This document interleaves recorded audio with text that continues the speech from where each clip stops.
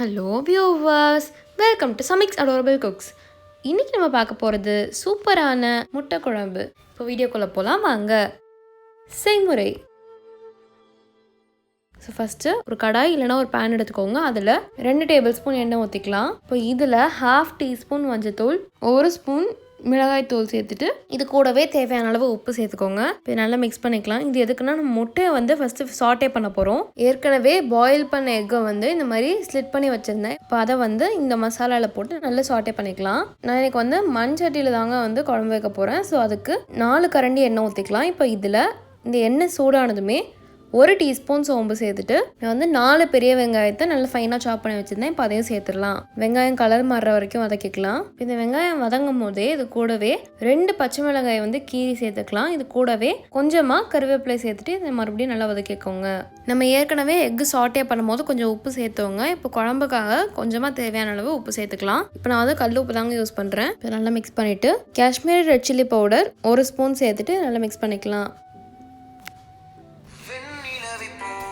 இப்போ இது கூட 1 டீஸ்பூன் இஞ்சி பூண்டு பேஸ்ட் சேர்த்துட்டு நல்லா மிக்ஸ் பண்ணிக்கோங்க. இது நல்லா வதங்கட்டுங்க. பாருங்கள், வெங்காயம் நல்லா வதங்கிடுச்சுங்க. இப்போ இது கூட கொஞ்சமாக மஞ்சத்தூள் சேர்த்துக்கலாம். அதுக்கப்புறம் 2 ஸ்பூன் குழம்பு மிளகாய் தூள் சேர்க்குறேன். இது வீட்டிலேயே தெரிச்சது தாங்க நான் எனக்கு யூஸ் பண்ணுறேன். இப்போ இதை நல்லா வதக்கிக்கலாம். தேவையான அளவு உப்பு சேர்த்துக்கோங்க. நெக்ஸ்ட்டு நான் 5 சின்ன வெங்காயமும் 5 பல்லு பூண்டையும் 1-2 இடித்து வச்சுருக்கேன். இப்போ அதையும் சேர்த்துட்டு இதை நல்லா வதக்கிக்கலாம். அடுத்தது நான் 5 தக்காளியை இந்த மாதிரி அரைச்சி எடுத்து வச்சுருக்கேன். ஸோ இப்போ அதையும் சேர்த்துடலாம். இப்போ இது கூடவே 1 கப் தண்ணி சேர்த்துக்கலாம். பாருங்கள், நல்லா கொதிச்சிட்ருக்குங்க. மீன்வேல் நான் 5-6 கேஷ்யூ எடுத்து அது கூட தண்ணி சேர்த்து அரைச்சி எடுத்து வச்சுருந்தேன். இப்போ அந்த பேஸ்ட்டை சேர்த்துட்டு நல்லா மிக்ஸ் பண்ணிக்கலாம்.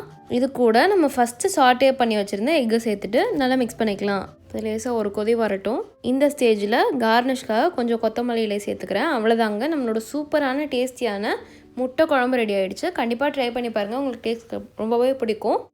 தேங்க்ஸ் ஃபார் வாட்சிங். இந்த வீடியோக்கு மறக்காமல் லைக் பண்ணுங்கள், ஷேர் பண்ணுங்கள், அப்புறம் கமெண்ட்டும் பண்ணுங்கள். எங்கள் சேனலுக்கு நீங்கள் சப்ஸ்கிரைப் பண்ணலாம், சப்ஸ்கிரைப் பண்ணுங்க. அப்படியே பக்கத்தில் இருக்க பெல் ஐகான் கிளிக் பண்ணிவிடுங்க. அப்போ தான் நான் போடுற புது வீடியோஸ் உங்கள் நோட்டிஃபிகேஷனில் வரும். நன்றி.